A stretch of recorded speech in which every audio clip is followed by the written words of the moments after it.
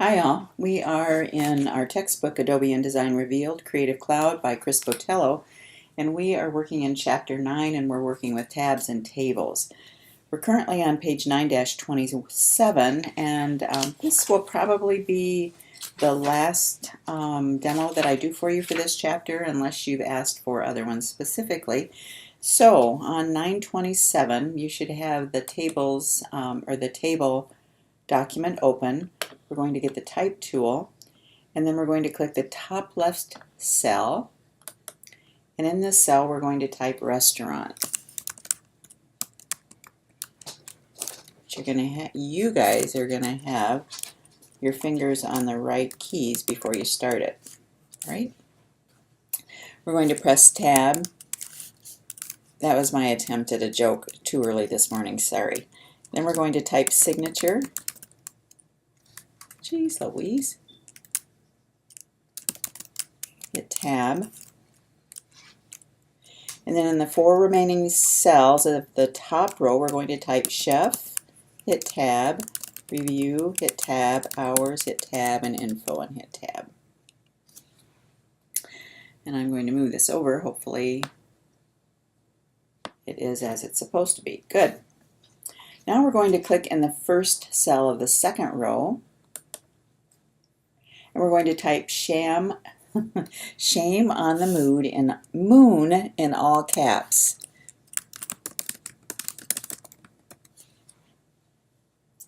We're going to press the down facing arrow on your keyboard, and then we're going to type blame it on midnight in all caps.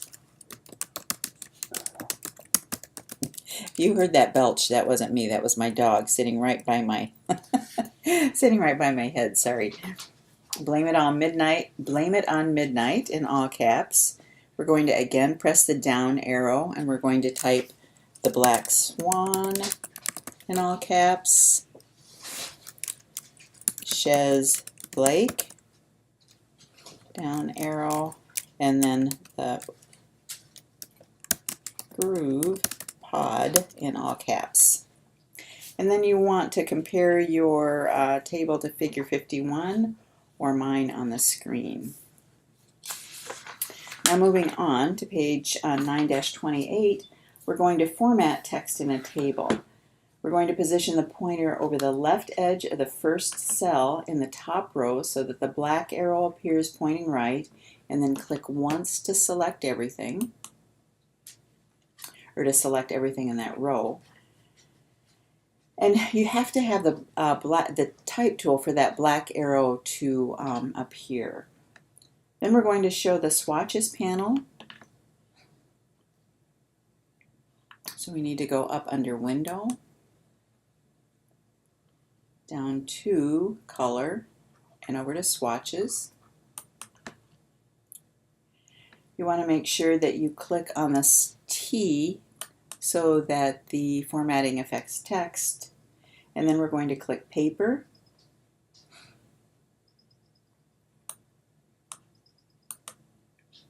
And you want to verify then that the stroke is set to none, which mine is. And you'll see that the text changes to a white fill, or we'll see that in just a moment. I can click off to show you. There. All right, then we are going to show the character panel. Let's see if I have mine here. I don't. So we're going to go up under window, down to type and tables, and bring up character. And in the character panel, we're going to change the font to Impact. It's kind of an overused font, by the way, but since this is just an exercise, we'll go ahead and do what it tells us to. And then we're going to change the font size to 18.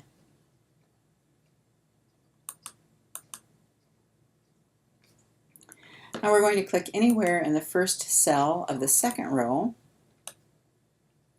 We're going to drag down to select all of the cells in the first column.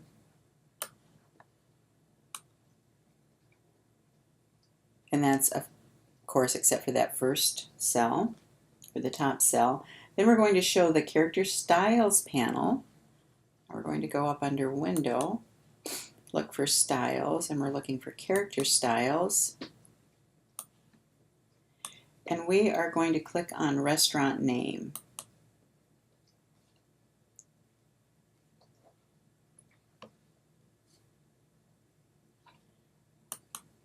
And you see that little black box, or that little pink box, indicates that I don't have the font that was originally used in establishing that style. So we are going to,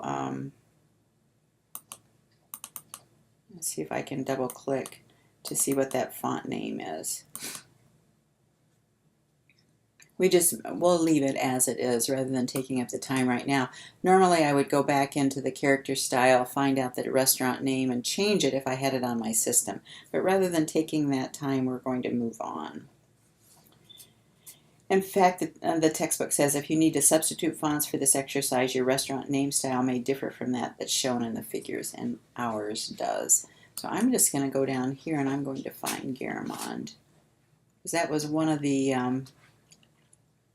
oh yeah, I know, I told you I wasn't going to take the time to do it, but this drives me crazy. I'm going to go to Garamond, and that works. Hallelujah. All right, so now we're going to position the pointer over the top left corner of the table so that the black diagonal arrow appears, and then we're going to click to select the entire table. We're going to click the Align Center button on the paragraph panel. So you want to go up here. I'm going to move this over just a bit so we can see it. Well, I hope I am.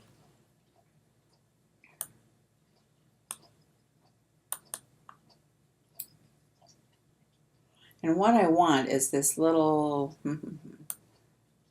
jeez Louise. All right.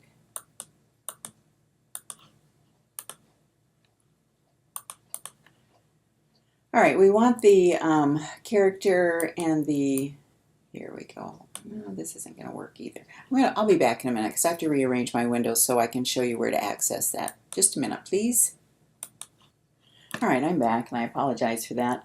Again, we're going to select the entire table, and we're going to go up here to our control bar, and I've moved it just a little bit so you can see it. We want not the font, but we want to be able to see the paragraph options to do the alignment. And so now we're going to do the Align Center. And actually, this is the character options, so I'm wrong. Imagine that. All right, so here is the Align Center button. And then we're going to click on the artboard to deselect. And you want to compare your table to figure 52 or mine on the screen. Then we're going to do a Command or Control S to save your work. And we will be back in just a moment.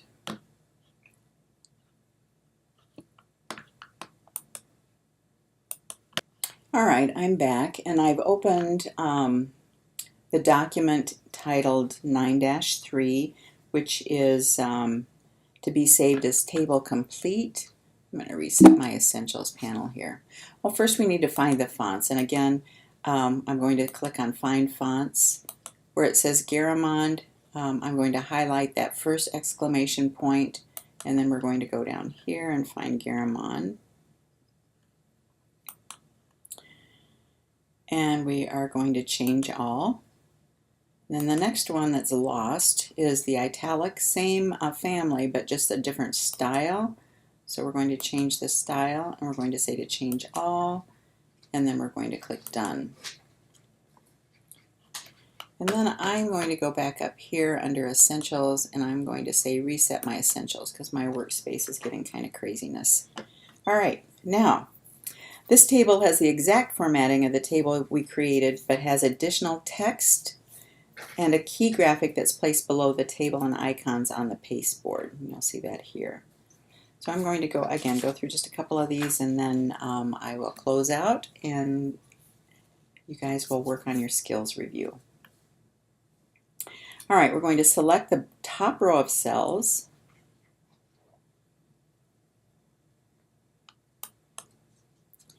And then we're going to click the Align Bottom button on the table panel.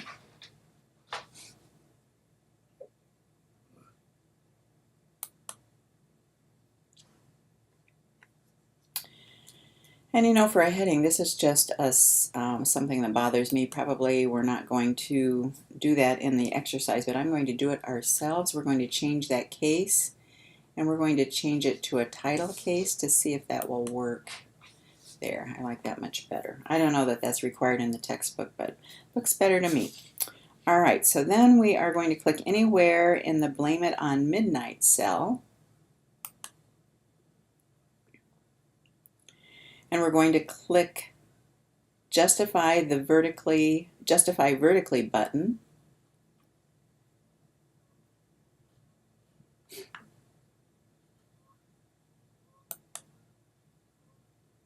And of course I have to find that. It's on the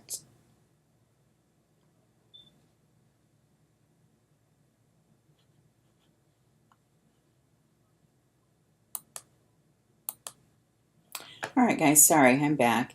And we were putting it Blame It on Midnight. That's where you want your cursor. And then you want to click the Justify Vertically button on the table panel.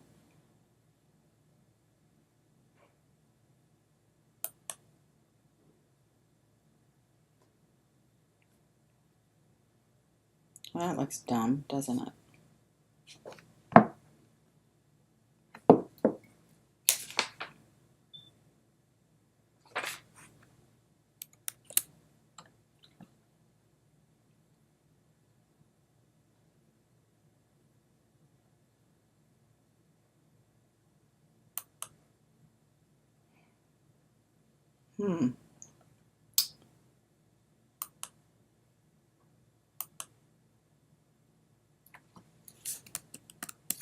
All right, visually I would not do that, so we're going to undo that, do a Command Z. All right, then from position the pointer over the left corner of the table until a black diagonal line appears. We are again going to select the entire table, and then we're going to click the Align Center button on the table panel.